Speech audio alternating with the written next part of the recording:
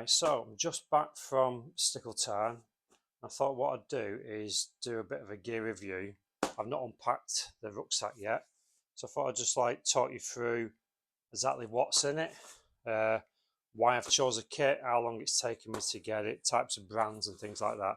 I know certainly when I started wild camping, I did so much research around what type of gear to get, how much to spend.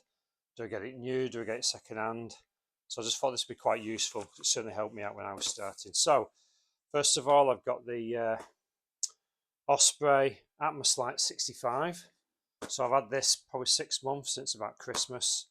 Prior to that, I had a Berghaus free flow. Must have had that for about 20-30 years. It was way ahead of its time when it first came out.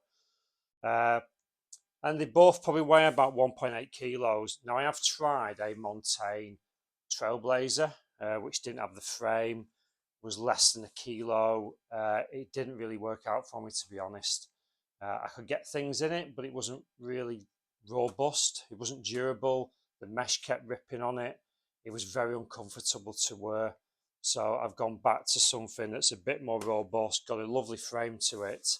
And the thing about, even though you've gone for a heavier rucksack, the fact it's got such a robust frame at the back, and I think almost Ospreys are like this anyway, and probably other brands as well, you can adjust it, and you can adjust it to fit your body size, which is really important. So even though it's an heavier rucksack, if you adjust it right, if you pack it right, and when I say pack it right, in terms of keeping the lower things to the bottom, the heavier items to the top, and then getting it close to your back with adjustments, it actually feels a lot lighter on your back than if you had a lighter rucksack. The only thing that I didn't like about this particular rucksack when I first got it was it didn't have a separate compartment at the bottom, whereas my Berghaus one did, so I could put like sleeping bag straight into a separate compartment. However, this does have a separate zip all the way down one side. So as long as you pack your tent on this side, you can actually, the first thing you can get out, use the zip, get your tent straight out, pitch your tent first of all. And again, same with putting it back in there. So that's it, it does work out well. 65 litres, it's a massive rucksack. However, the top bit, which I think they call the brain bit, actually you can take that off, and then you can just use it as a normal rucksack without this bit, so it keeps it a bit lighter, certainly if you're doing wild camping in the summer months. Last night I probably did have enough space in here to put all the things in here and keep it without the top, but to be honest, I found it easier last night just to have my my wet gear in here, my battery, my drone and things. It was just easy to get at, so I just left it on, to be honest. So other things before I get to rucksack, in terms of gear, most of my gear is Rab or Montane. I just find it just really good gear. It's good fitting gear, it lasts, it's quite robust. It's not top of the range, it's not bottom of the range, so you could go spend more money and get Falraven kit, for example. You can spend a lot less, but I just prefer the Rab gear, it just suits me better. Like I said, the fit and the durability. In terms of footwear, although I've got Merrell slip-ons on at the moment, in terms of hiking, all my hiking boots are all Solomon. They always have been, probably about 30 years. I just find Solomon hiking boots just a lot better. Right, so let's get to the kit. I'm going to start with the brain bit at the top. Just give you an idea of what's in here and why I've got it in here. Quite key, certainly for wild camping. I've just got a bag with like a absorbent towel in there. I find that really useful, whether you're mopping up things inside the tent, condensation, or whether you're just cleaning the condensation or wet dampness off the tent prior to packing it, so it's not as heavy. I didn't need to use that last night because it was just super windy. I had no condensation in the tent, so that's in that top bit. Got my waterproof Rab jacket, quite a lightweight one, not the lightest one, but it is very lightweight for a waterproof jacket. So last night I would have just had that over top of my Rab top. I kept it in the top. Sometimes I'll keep it in this bit here. So there's a natural stuff sack here as well. So again, they're my Rab trousers, so they're waterproof. Generally would fit in here, but I did separate them last night. The other thing I would put in here is probably the dog's coat as well. So again, things I need to get at very quickly will be in the sort of that section. In the top, my drone. So this is the Neo, DJI Neo. Super love it. It's artificial intelligence in terms of how it operates. So I don't need a controller with it. I could use the phone, but I don't use the phone. So again, you'll see some of this on some of my videos and footage. Today, I certainly had it on follow me mode when I was coming down the mountain. It was literally just hovering probably 6 meters behind me as I was walking down. I'll just turn around, put out my hand and it'll land on it. Yesterday I was doing some sort of circle aerial shots of the tent. So again, it's a very lightweight. You don't need a license for it. It's probably less than 200 grams. And again, you don't need a controller for it. Use operating settings, about 6 of them, and you can use the artificial intelligence and let it do things. Save setting up tripods and watching you walk past, things like that. It'll do it for you. So excellent buy. Sunglasses, sometimes they'll just fit on the side or they'll fit within this pouch. This is an addition again for the strap. I'll generally keep the selfie stick in, which is what I'm using now to film me. That will go in there. Probably my power bank will go in there as well, or protein bar or something like that. So that's quite a useful thing. I think they're about £15 for those. You just strap on. You could have one on either side. The other thing that's in the top is my bag of sort of electronics, should I call it? So I've got the Flextail. So that's that'll inflate my mattress, and it will also double up as a light as well. So again, 3 settings on that. So I've ditched my normal lantern, and I don't use my pump bag, even though I'll take it with me, and I'll just use that. Yes, it's a bit extra weight, but it's super quick to get up your sleeping mat, and like I say, it doubles up as a light as well. So that's in there. I do have my head torch. Didn't really use this last night, to be honest. Again, nothing spectacular, cheap, probably about £10 off Amazon, but it's lasted me well. It charges up by USB-C as well. Magnetic power bank that goes onto my iPhone, which I'm using to record now. Or I do have another power bank if I'm out there for a number of days, if I'm doing lots of drone stuff. Then I have a bigger power bank that I can plug in. We're using USB-C cables, charge up my drone, charge up my phone, etc.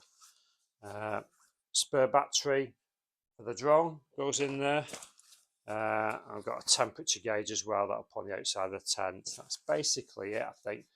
Other than the microphone I'm using now and the receiver on the iPhone, they'll sometimes go in there as well if I'm not using them. And that's the brain section. Just looking at other sides of the bag, there's 2 massive side pockets on this one. One I will use to put in my walking poles if I'm taking these with me. I'll always take one if I'm taking my 3FUL Lanshan 2. I'll take 2 of these because obviously you need, it's a trekking pole tent, you'll need these. These are just a Naturite, but the carbon fibre, and they're sort of quick release. I've had these for about a year. Can't fault them. I've had Lexi ones before this, but yeah, super impressed with those actually for the price of them as well. So I highly recommend that. Nothing else on that side, I don't think, other than sort of any waste I'll take with me or dog bags and things like that. On this side, I have my mini Sawyer kit, or part of it. So these are the water bottles I will take. So the small one I will fill up before I go from the house. I'll have that in the sides. That's all I will take water-wise. The rest of these will all be empty. 2 different ones I've labelled. One's got water capture labelled on it, so I'll only use that to fill up from a stream or a lake. And this one will have clean water in. So I will use the Sawyer filter, which is in one of the hip pockets. Again, the good thing about this sack is it has a hip pockets. So in here I have my Sawyer mini filter. I cannot recommend this enough. So if I'm using the water capture, I will literally just take off the lid and this will screw on, and I will just decant it into one of these 2 as well. So generally I'll take the one to go, these 2 will be empty. I get to a water source near to where I've pitched the tent, and generally I try and pitch near water anyway. Then I will fill one up, filter it, and then fill the capture one up as well. So at least overnight I've got about nearly 2.5–3 litres of water. So again, can't recommend the Sawyer kit enough.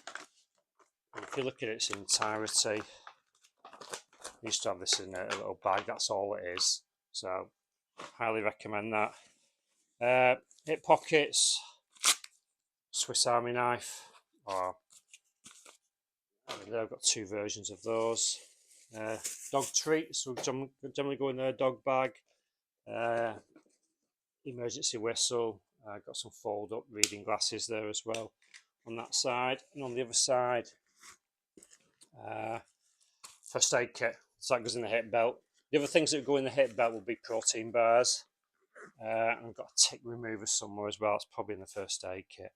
So as you can see, there's a lot on the outside before you even get to the inside, and that's really critical. Certainly for me, when I was looking for a rucksack, it was more important almost to have everything on the outside as much as possible. So inside, and bearing in mind I've just come back from camping, so probably not packed tidy as it was when I went, but top of it, I try to keep the heavy things towards the top because that really does work really well when you get your rucksack on. You pull your two straps and lean it towards your body. The more weight you got at the top, the easiest for carrying it. So this is just my food kit, and this is all I take in terms of food when I'm going. I don't take anything outside of this but protein bars. Bearing in mind I've already used the contents of this, but I'll just talk you through what was in it. I've got a titanium spork. You can get plastic ones that come in sort of the army ration kits. They work just as fine as well. It's inside a bag, but that was my bottle of Rioja for last night. So I always take either some Brewdog cans or a bottle of Rioja.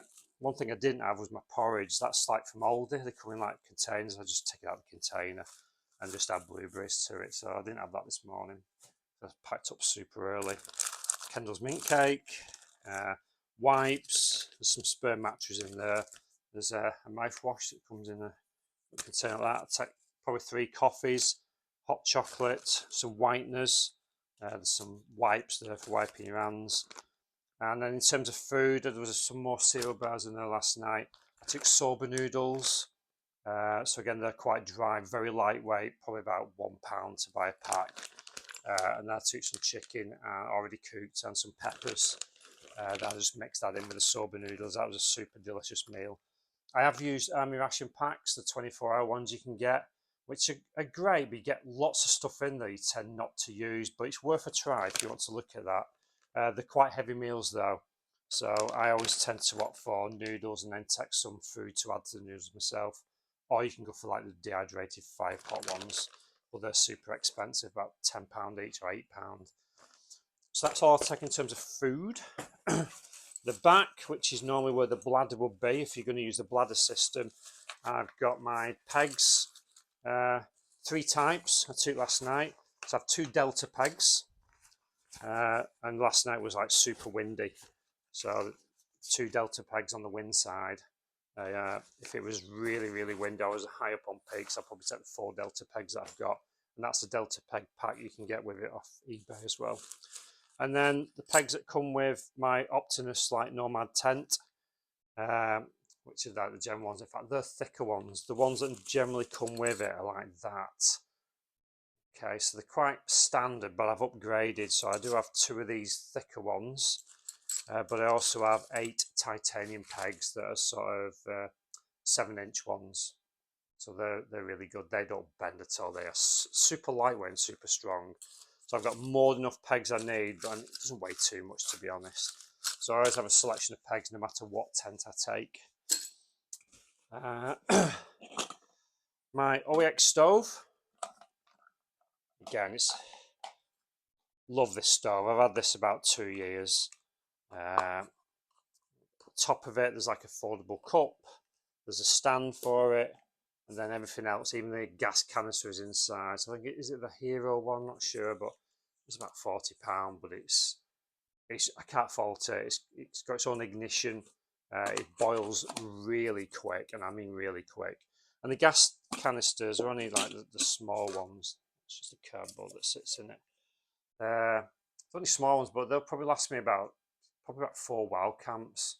I need to get, and I've seen it somewhere where you can sort of get that adapter so you can transfer gas out from sort of your your ones that are almost done, because what you don't really want to do is take too many gas cans with you if you don't need to. So again, yeah, love this stove.